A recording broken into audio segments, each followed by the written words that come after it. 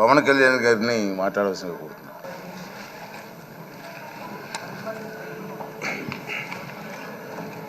పదహారవ శాసనసభకి ఏకగ్రీవంగా ఎన్నికైన సభాపతి శ్రీ చింతకాయల అయ్యన్న పాత్రుడు గారికి హృదయపూర్వక నమస్కారాలు, మీకు శుభాకాంక్షలు. ఇది నేను మొదటిసారి అసెంబ్లీలోకి అడుగు పెట్టడం. ఇలాంటి సుదీర్ఘ రాజకీయ అనుభవం ఉన్న దాదాపు 7 సార్లు ఎమ్మెల్యేగాను, ఒకసారి పార్లమెంట్లో అడుగుపెట్టిన మీకు, Panchayati Raj, technical education, forest, R&B అనేక మంత్రిత్వ శాఖల్ని సమర్థవంతంగా నిర్వహించిన మీకు ఈ సభాధ్యక్షుడు, ఈ స్పీకర్ స్థానంలో కూర్చోవడం నాకు చాలా ఆనందంగా ఉంది. ఇన్ని దశాబ్దాలు ప్రజలు రాజకీయ జీవనంలో ఇన్ని దశాబ్దాలు ప్రజలు మీ వాడి వేడి చూశారు. మీకు కోపం వస్తే ఋషికొండను చెక్కినట్టు ప్రత్యర్థులకి పదునైన ఉత్తరాంధ్ర యాసలో గుండు కొట్టేస్తారు. ఒకటే బాధేస్తా ఉంది సార్, ఇకపైన మీకు తిట్టే అవకాశం లేకపోవడం. కానీ ఇక మీద సభలో ఎవరు తిడుతున్నా దాన్ని ఆఫ్ చేసే బాధ్యత మీ చేతిలోనే ఉంది. మీరే మైక్ ఆఫ్ చేయాలి.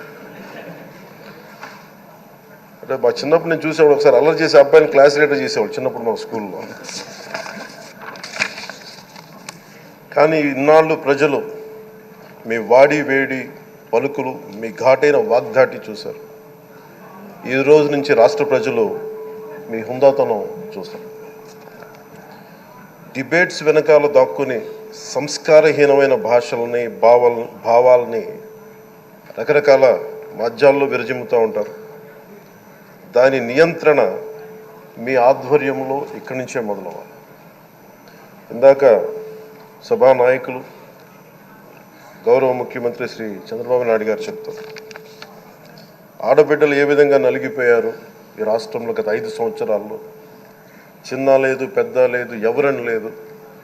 ఎవరన్నా సరే ఒక మాట మాట్లాడితే వాళ్ళు వ్యక్తిగతంగా దూషణ, సోషల్ మీడియాలో వాళ్ళని క్యారెక్టర్ అసాసినేట్ చేయటం, వాళ్ళు పెద్ద నాయకులు కావచ్చు, కార్యకర్తలు కావచ్చు, లేదా వాళ్ళకి ఎదురు తిరిగి ఒక ఒపీనియన్ చెప్పి ఎవరైనా సగటు మనిషి కూడా కావచ్చు, అది ఇక్కడితో ఈ రోజు నుంచి ఆగిపోవాలి అధ్యక్ష. అది మీ ఆధ్వర్యంలోనే మొదలవ్వాలి. గత ప్రభుత్వం తాలూకు సభ జరిగిన విధానం చూస్తే ఈ వ్యక్తిగత దూషణ ఇవన్నీ చాలా ఇబ్బంది పెట్టే ప్రజలు. ఈ రోజున వాళ్ళకి 11 సీట్లకు పరిమితం అయ్యారు, ఈరోజు లేరు, ధైర్యం లేదు వాళ్ళకి. విజయాన్ని తీసుకోగలిగారు కానీ ఓటమిని కూడా ధైర్యంగా కూర్చుకునే వాళ్ళకి స్థాయి లేదు, వాళ్ళకి పారిపోయారు ఇక్కడి నుంచి. భావంలో ఉండే తీవ్రత భాషలో ఉండాల్సిన అవసరం లేదు. భాష మనుషుల్ని కలపడానికి కానీ విడగొట్టడానికి కాదు. భాష విద్వేషం రేపడానికి కాదు, పరిష్కరించడానికి. ఎంత జటిలమైన సమస్య అయినా, భయంకర సమస్య అయినా చర్చల ద్వారా పరిష్కరించుకోవడానికి కానీ వివాదం సృష్టించడానికి కాదు. ఈ సభ ఉన్నది అందుకు. కానీ మనం చూసింది వాళ్ళ దగ్గర నుంచి బూతులతోటి, వ్యక్తిగత దోషులతోటి రాష్ట్ర పురోభివృద్ధిని ఆపేశారు.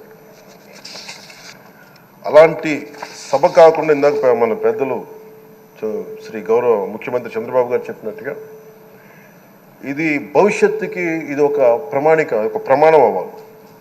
2047 వరకు ఇంత అద్భుతమైన స్థానంలో మనకి ఆంధ్రప్రదేశ్ తెలుగు జాతి ఉన్నత స్థాయికి వెళ్ళాలంటే ఈరోజు మనం వేసే ప్రతి అడుగు అది భవిష్యత్ తరాలకు ఒక నిర్దేశక ఒక టచ్ స్టోన్గా ఉండిపోవాలి, గిట్ రాయిగా ఉండిపోవాలి.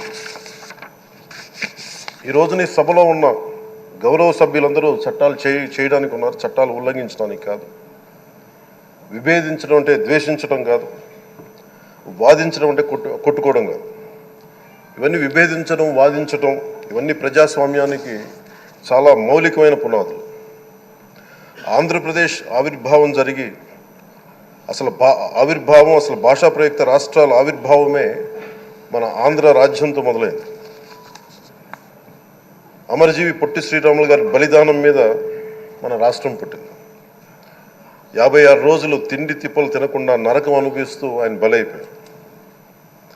ఆయన మరణానికి చేరువవుతూ ఆమరణ నిరాహార దీక్ష చేసిన ప్రతిరోజు మనకి దాదాపు ఈ సుదీర్ఘమైన 6 దశాబ్దాల కాలం 1.5 సంవత్సర కాలం అంటే ఆయన ప్రతిరోజు చావుకి చేరువవుతూ భోజనం లేకుండా ఆయన గడిపిన ప్రతిరోజు మనకి 1.5 సంవత్సర కాలం.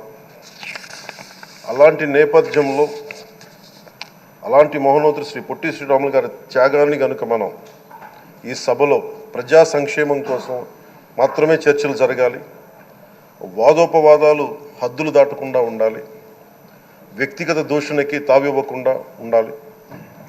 అలా కాకుండా గత ప్రభుత్వంలాగే ఈ సభని తిట్లకి బూతులకి కొట్లాటికి వాడితే ప్రతి నిమిషం పొట్టి శ్రీరాములు గారి బలిదానాన్ని అవమానం చేసినట్టే. ఒక గొప్పవాడు ఒక మహానుభావుడు బతికినప్పుడు మాత్రమే కాదు, చనిపోయిన తర్వాత కూడా కొన్ని తరాలు ఉపయోగపడతారని నిరూపిస్తారు. అలాంటి కోవకు చెందిన మహానుభావులు ఆంధ్ర రాష్ట్ర సృష్టికర్త, భాషా ప్రయుక్త రాష్ట్రాలకు శ్రీకారం చుట్టిన ద్రష్ట, అమరజీవి శ్రీ పొట్టి శ్రీరాములు గారి స్మృతిలో ఒక విలువలతో కూడిన ఒక సత్సాంప్రదాయాన్ని తెరలేపుతూ మీ ఆధ్వర్యంలో ఈ సభ జరగాలని, ఈ 5 ఏళ్ల ప్రజా ప్రస్థానంలో ఈ విలువైన 5 ఏళ్ళు రాబోయే తరానికి గొప్ప భవిష్యత్తునిచ్చేలా, అన్నం పెట్టే రైతుకి, కౌలు చేసుకునే రైతుకి, రైతు కూలీకి అండగా ఉండేలా, మహిళలకి భద్రతతో పాటు ఉన్నత స్థాయికి ఎదిగేలా, ప్రభుత్వ ఉద్యోగులకి భద్రత కల్పించేలా, పశువు పక్షి ప్రకృతి సర్వజనులందరికీ కూడా మతాలకి ప్రాంతాలకి అతీతంగా సుభిక్షంగా అభివృద్ధి పదంలో ఆంధ్రప్రదేశ్ ఆంధ్ర రాజ్యం అద్భుతమైన ప్రగతి సాధించేలా ఈ చర్చలు సాగాలని కోరుకుంటూ, సభాపతి అయ్యన్న పాత్రుడి గారికి మీ ఆధ్వర్యంలో ఈ సభ ఒక సరికొత్త సాంప్రదాయానికి సత్సాంప్రదాయానికి ఇది తెరతీయాలని కోరుకుంటూ మీకు మరోమారు శుభాభినందనలు తెలియజేసుకుంటాను.